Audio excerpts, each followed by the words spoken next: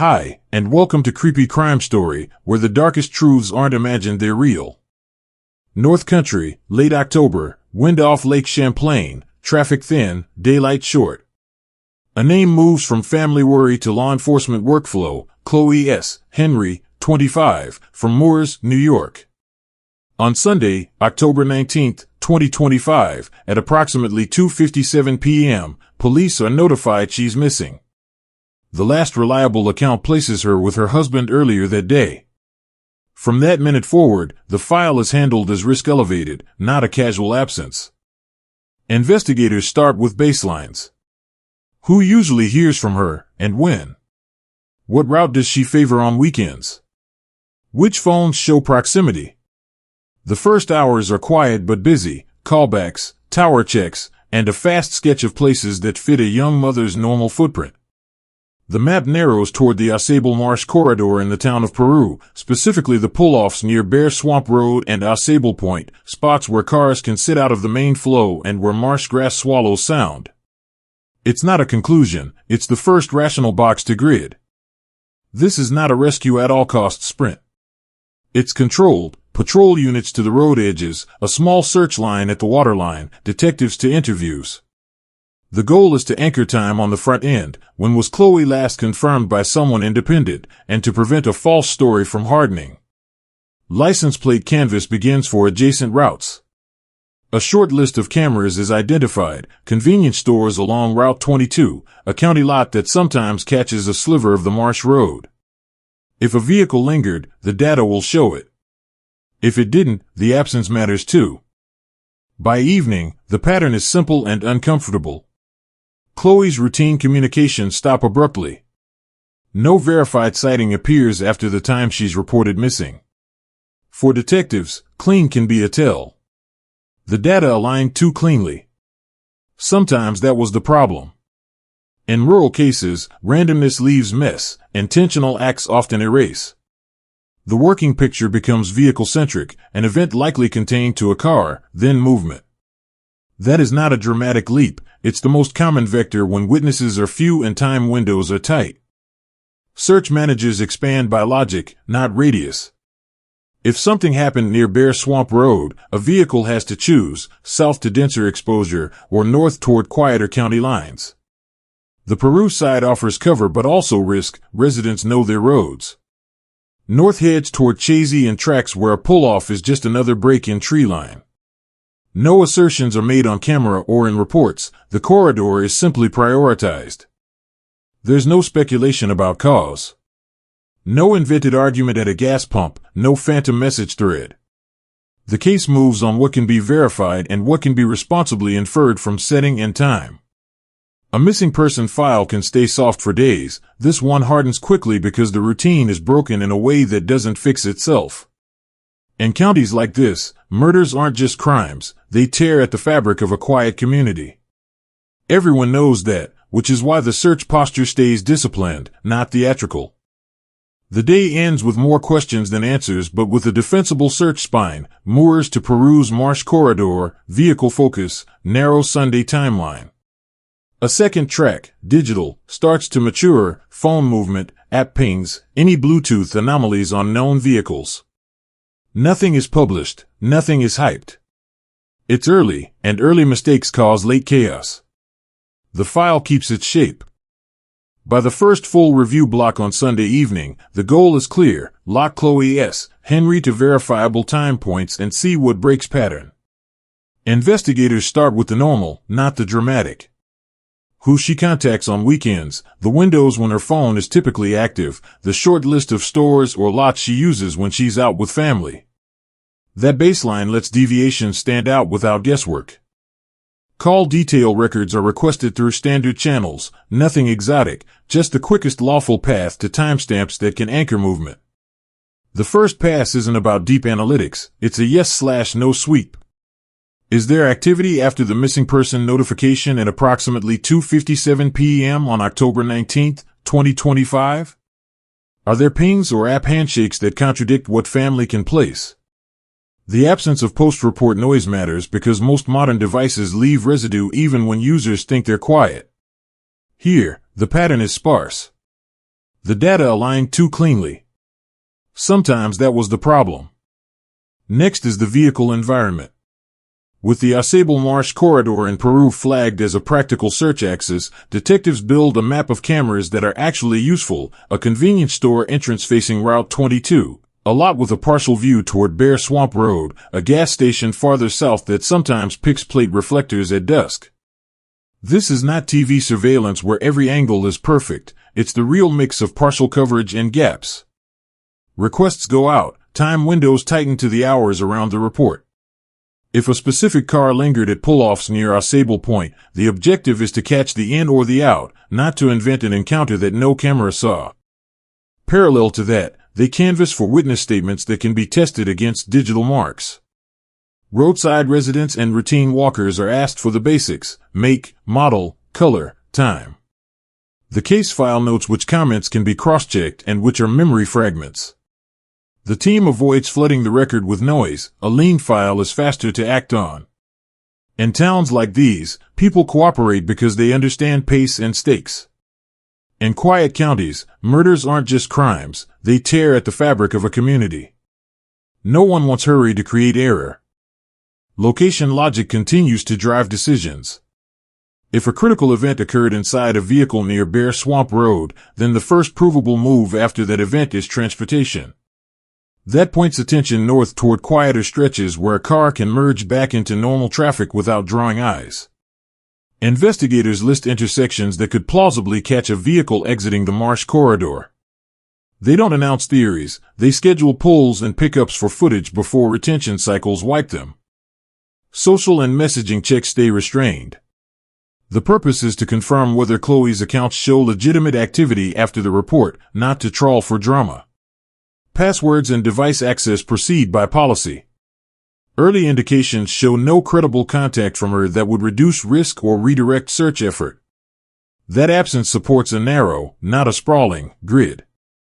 By late Monday morning, the team has a working digital outline, limited device activity after the notification, a camera plan that covers entry and exit points around Aceble Marsh, and a short list of vehicles to clear as routine. The choice is deliberate. Progress built on items that can stand in court, not on speculative leaps that look exciting on video but collapse under scrutiny. The file moves forward because the pieces that remain are consistent with a vehicle-centric event and a quick departure from Peru, not with a spontaneous walk-off or a long solo detour. There is a human layer to all of this, and it's handled with care. Families want updates in plain English. They get them. No false hope, no invented timelines. When a case turns on small signals, timestamps, partial plates, gaps that shouldn't be gaps, the most respectful act is accuracy. Communities remember whether investigators kept their footing. Finish the first camera pulls, finalize the route analysis, and match any vehicle observations to the hours that matter. If the grid is right, the corridor will answer the only question that matters in week 1, where the story left Peru. Tuesday changes the file. At first light, deputies hold the Aceble Marsh pull-offs in Peru, New York, while detectives push the camera plan you heard about last time. Road closures are narrow and practical, slow traffic at Bear Swamp Road and the short approach to Aceble Point, so teams can photograph tire impressions, check for discarded items, and log which vehicles actually use the turnouts. The working model remains vehicle-centric. No conclusions are read on camera. The objective is simple: lock an origin point or eliminate it. Midday, a second track forms to the north. A call routes units toward the Ridge Road corridor in Sh.o.o.ti. It is not a rumor chase. Patrol confirms a potential recovery location off a rural stretch near the Lake Alice area. Command splits resources without losing the spine. Peru holds as the likely event location inside a car. Sh.o.o.ti is evaluated as a possible deposition site. This is how rural cases move, parallel lanes that must meet. The scene at Sh.o.o.ti is managed by the book. First officer sets a hard boundary, then expands once it's clear the site isn't transient. Markers go down for approach path, ground disturbance, and any trace that could transfer on boots or tires. Photographs capture context before anything is touched: ditch depth, shoulder width, vegetation fold. The coroner is requested. When the remains are located and identified as a female consistent with the missing person, the clock switches to death investigation protocol. Documentation leads, opinions wait. Chain of custody matters here. A single log records every person who crosses the tape and why. Evidence texts move methodically, exterior photos, mid-range, then close. Property is bagged and sealed with location tags and timestamps. Nothing theatrically described, nothing withheld from the record that needs to be in it. The call to transport is made after the coroner's examination on scene. The remains are authorized for transfer to Glens Falls Hospital for autopsy scheduling. That decision is administrative to viewers, but it's a key handoff in homicide work. The cause and manner that will steer the rest of this case will come from there. Meanwhile, Peru is not abandoned. Detectives finish the sweep for objects consistent with an in-car event, small, the kind that catch light under brush or drop into gravel seams. They canvass the short list of cameras flagged Monday night and secure any footage with retention risk. If a vehicle idles at the marsh edge or returns to the road without a stop any reasonable person would make, timing will show it. The pattern is what matters: enter, short dwell, exit. A lack of linger can be as meaningful as footprints. Late afternoon, the command brief connects the two lanes. The working posture is locked for everyone assigned. Peru equals probable homicide location inside a vehicle. Sh.o.o.ti equals recovery location. No third site is introduced. No contradictory storyline is allowed to grow. That clarity prevents the two endings confusion that can wreck public understanding and complicate later court presentation. From here on, every interview, every data pull, and every search warrant request is drafted against that single spine. Witness work at Sh.o.o.ti stays tight. People are asked about vehicles seen parked unusually, lights after dark, or any sound they would call out of place. The file doesn't inflate with guesses. When statements are collected, they're triaged, corroborated, uncorroborated, and unknown. Anything that can be checked against timestamps or camera clocks gets priority. If two independent sources place a car in roughly the same window, that window becomes the lane for deeper video requests along feeder roads. Families are briefed with respect. The language is plain: a recovery has been made, identification is in process, and laboratory steps are scheduled. There's nothing to be gained by speaking beyond what can be supported. In towns like these, murders aren't just crimes, they tear at the fabric of a quiet community, and accuracy is part of care. By evening, the case has forward momentum that isn't hype. A body has been recovered on Ridge Road, Sh.o.o.ti. An autopsy slot at Glens Falls Hospital is lined up. The Ausable Marsh corridor in Peru remains the likely origin point inside a vehicle. The map is now evidence-led, not guesswork. What comes next is medical confirmation and a sharper timeline, both of which will harden the theory or force it to adjust. Either outcome is progress. The day after recovery, the file pivots from search to proof. On Wednesday, October 22, 2025, the medical examiner at Glens Falls Hospital conducts the autopsy on Chloe S. Henry, 25.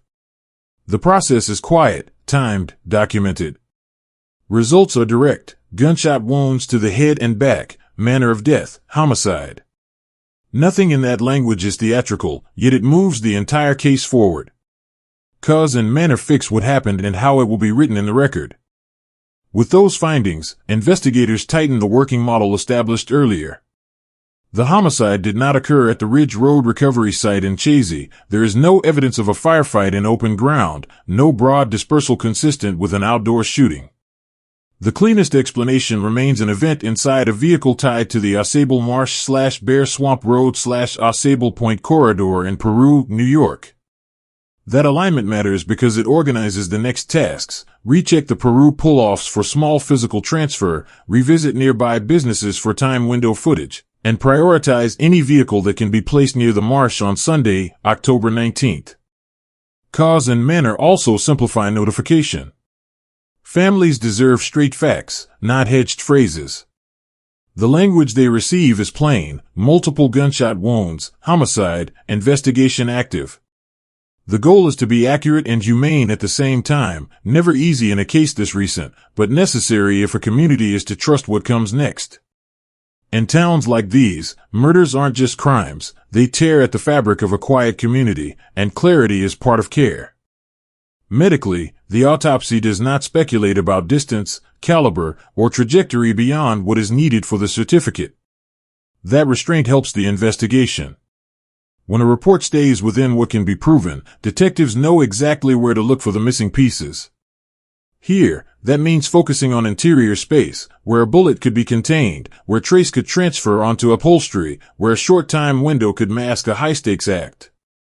The team's language reflects that discipline.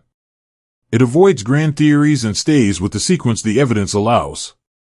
The timeline now reads without gaps. Missing person notification Sunday, October 19th, 2:57 p.m. Recovery confirmed Tuesday, October 21st. October 22nd autopsy confirming homicide.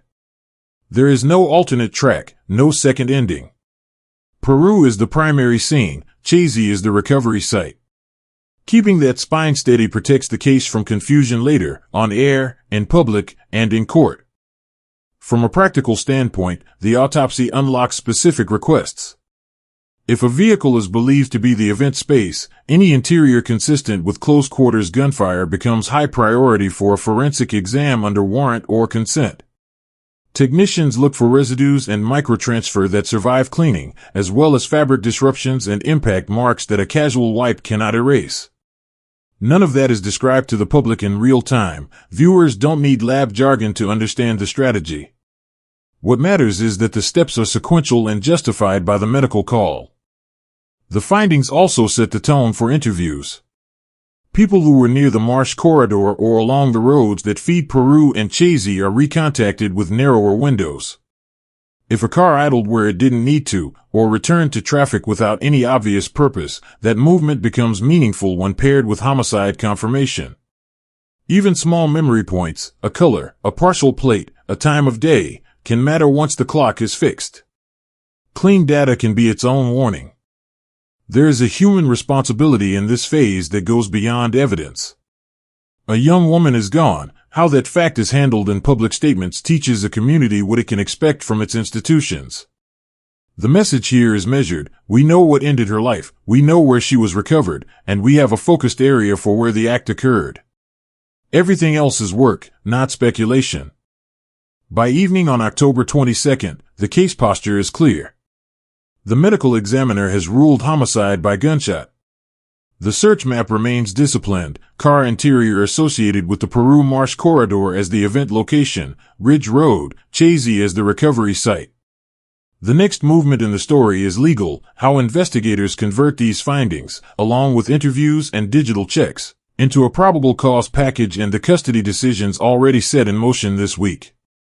Real investigations don't leap from discovery to conclusion, they walk a straight line. This one is walking it. By late Tuesday, the investigation has enough weight to move from suspicion to action. Detectives compile what they have: the missing person notification from Sunday, October 19th, 2025, 2:57 p.m., the recovery on Tuesday, October 21st off Ridge Road in Sh.o.o.ti, and the medical determination scheduled for the next morning. The map is stable, in-car event tied to the Peru Marsh Corridor, recovery in Sh.o.o.ti, and interviews, digital checks, and scene work align with that single spine. The question isn't whether a homicide occurred, the question is whether there's a lawful basis to restrain a person while the rest of the work continues. The probable cause package is built like any serious file: timeline anchors, corroborated observations, and the absence of benign explanations. Investigators thread together movement around the Ausable Marsh/Bear Swamp Road pull-offs, verify accounts that placed the victim with her husband earlier on Sunday, and close out alternatives that would suggest a voluntary disappearance. No one leans on drama, they lean on consistency. A clean sequence makes stronger paper than a loud one. One of the senior detectives puts it plainly in briefing: clean data can be its own warning. With supervision present, the case is walked into charging. On October 21st, Keith A. Henry, 33, is charged with murder in the second degree and 2 counts of endangering the welfare of a child. The counts reflect the record to date, a homicide confirmed by medical authority and a set of circumstances involving minors that prosecutors consider relevant under New York law. The arrest is handled without spectacle. The language used in public is tight and careful. He is charged, not convicted, because the integrity of a homicide case depends on discipline at every step, including how you talk about it. Arraignment follows in Peru Town Court. The proceeding is brief but significant. Custody status becomes the hinge of the next phase. The judge orders remand without bail, citing the seriousness of the allegations and the risk factors outlined by the prosecution. That order doesn't end anything, it protects the calendar ahead. Investigators still have interviews to complete, devices to examine, and a vehicle track to tighten. Custody simply ensures those tasks proceed without flight or interference. For families and a small county watching closely, this is where confusion can creep in, so the message stays consistent. The event location is linked to a vehicle near the Marsh Corridor in Peru. The recovery site is Ridge Road, Sh.o.o.ti. The cause and manner are medical conclusions, and the criminal counts are the state's position based on what is known as of October 21st. There is no second storyline, no alternate ending. A single case, moving on one track. Behind the scenes, the charging step unlocks new tools, search warrants and subpoenas aligned to the counts.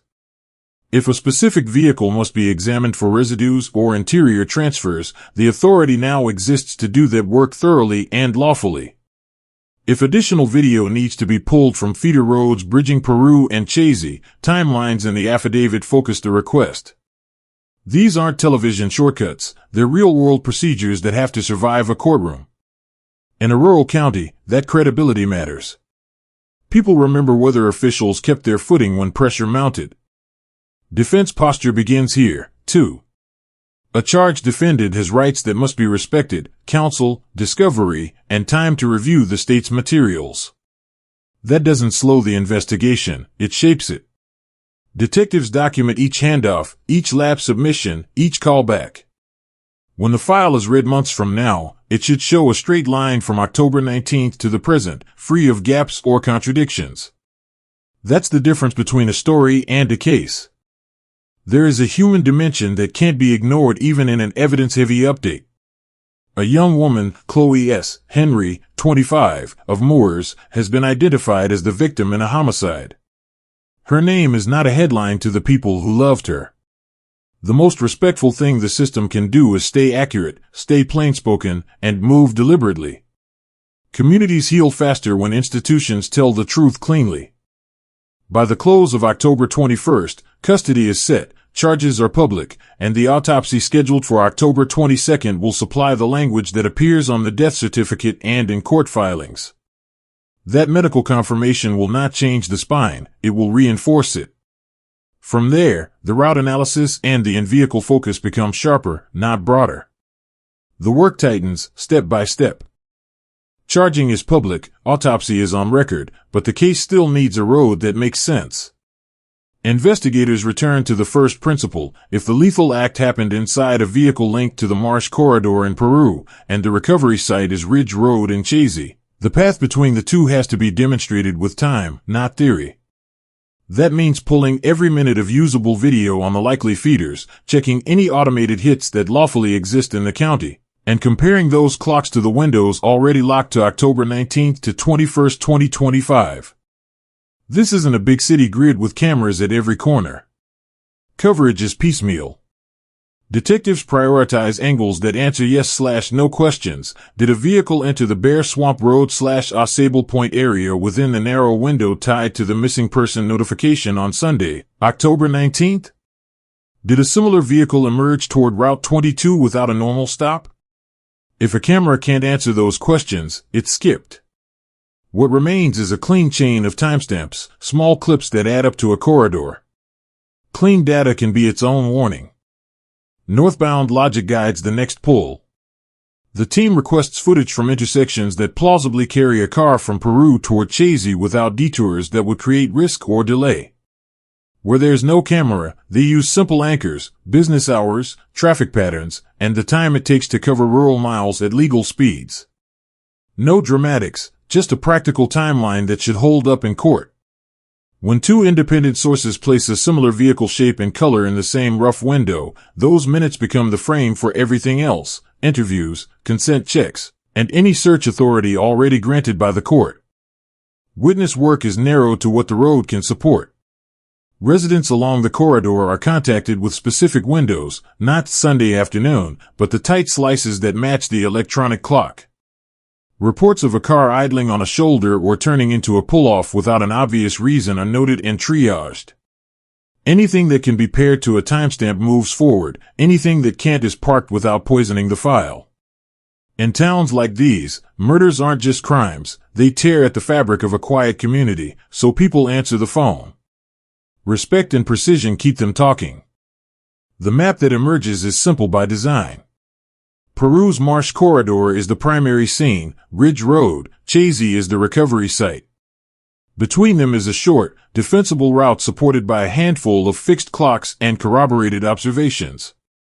No third location is introduced. No second ending is created. The case doesn't expand to look busy, it contracts to stay accurate. This phase also sets up the next technical steps. With the corridor defined, any vehicle of interest can be prioritized for interior examination under the authority already in place. The timing tells examiners what to look for and why: close quarters indicators that survive cleaning, fabric disruptions that don't match normal wear, and transfer points consistent with a brief stop rather than a long staging. None of that requires lab theater to explain. Viewers understand what matters: the road is now evidence-led. Families are kept in the loop with the same clarity. The state confirms what it can: the event is tied to an in-vehicle act near Peru, the recovery is Sh.o.o.ti, and the route between the two is supported by timestamps and statements that align. Accuracy is a form of care. It keeps a small county from guessing, and it keeps a homicide file from splitting into two stories when there is only one. With the corridor set from Peru to Sh.o.o.ti, the next step is simple: test the route with evidence that lives or dies under a microscope. Detectives prioritize one task over noise: interior vehicle examinations under lawful authority. The scope is narrow and documented. Technicians photograph the cabin, catalog upholstery condition, and sample contact points that matter in a close space: seat seams, floor mats, door panels, and areas that catch trace during short stops. They aren't searching for a headline, they're looking for consistency with an in-vehicle event tied to Sunday, October 19, 2025. Every cut of fabric and plastic gets a chain of custody label before it leaves the scene. Swabs and microvacs go in sealed packets, logged by time and handler. Any apparent cleaning is photographed first, then tested like anything else. The team avoids the trap of reading intent from neatness, they read materials. If a surface shows disruption inconsistent with normal wear, it's marked for lab work. If it doesn't, it's logged and set aside. A homicide file earns strength as much from what doesn't hit as from what does. Evidence sequencing also means video pulls refined by the new timeline. With cause and manner confirmed and the route reconciled, requests go in for the exact minutes that matter along feeder roads. Investigators pair any sighting of a vehicle of interest with the interior exams already underway. When clocks agree, Peru entry/exit to northbound movement toward Ridge Road, Sh.o.o.ti, those minutes inform which samples get priority testing first.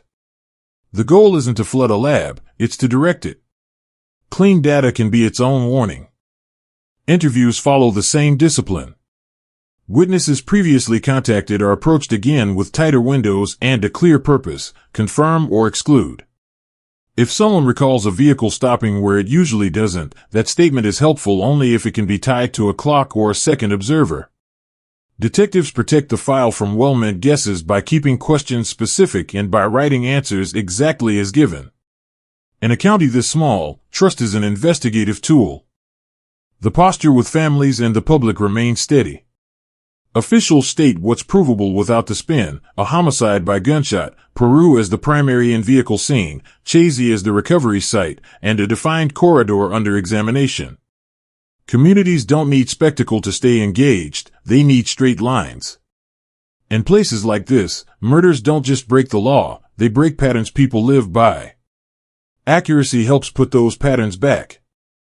By the end of this phase, the file looks the way a strong homicide case should: photos before action, logs for every transfer, targeted samples headed to the lab, and a video spine that aligns with the hours already fixed to October 19th to 21st. No third location appears. No alternate ending is introduced. The story stays on one track because the evidence is being asked one clear question at a time. We close this file with what is verified and necessary, nothing more, nothing less. A homicide investigation is underway into the death of Chloe S. Henry, 25, of Moores, New York.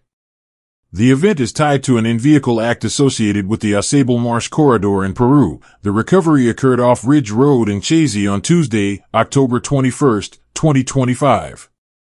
The medical examiner's finding on Wednesday, October 22, is clear: gunshot wounds to the head and back, manner of death, homicide. On October 21, Keith A. Henry, 33, was charged with murder in the second degree and 2 counts of endangering the welfare of a child, arraigned in Peru Town Court, and remanded without bail. As of October 26, 2025, the case remains active. That is the record.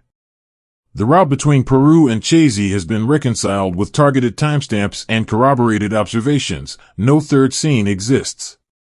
We are not presenting alternate outcomes.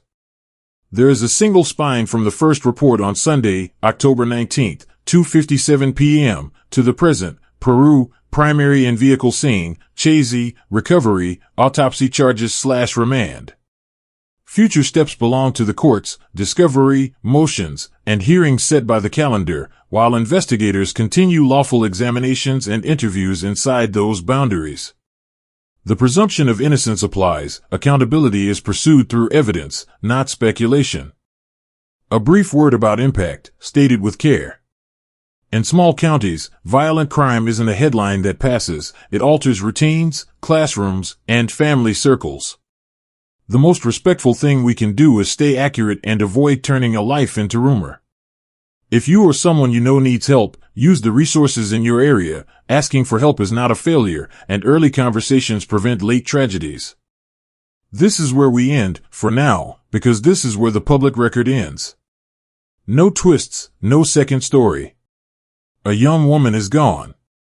The state has set out its charges. The case proceeds on one track. When there is more that can be said responsibly, the record, not guesswork, will say it. I've walked you through this case as carefully as I know how. Here's what I'm taking with me: tell the truth early, ask for help sooner, and trust patterns over wishful thinking. Safety isn't paranoia, it's planning. If something feels off, document it, share it, act on it. Justice is slow, your voice helps it move. What did this story say to you? What would you do differently in your town? Comment below, tell me where you're watching from. If this didn't land, tell me why. I read everything. If you found value, please subscribe to the channel to follow the next case. Share this with someone who might need the reminder that small choices save lives.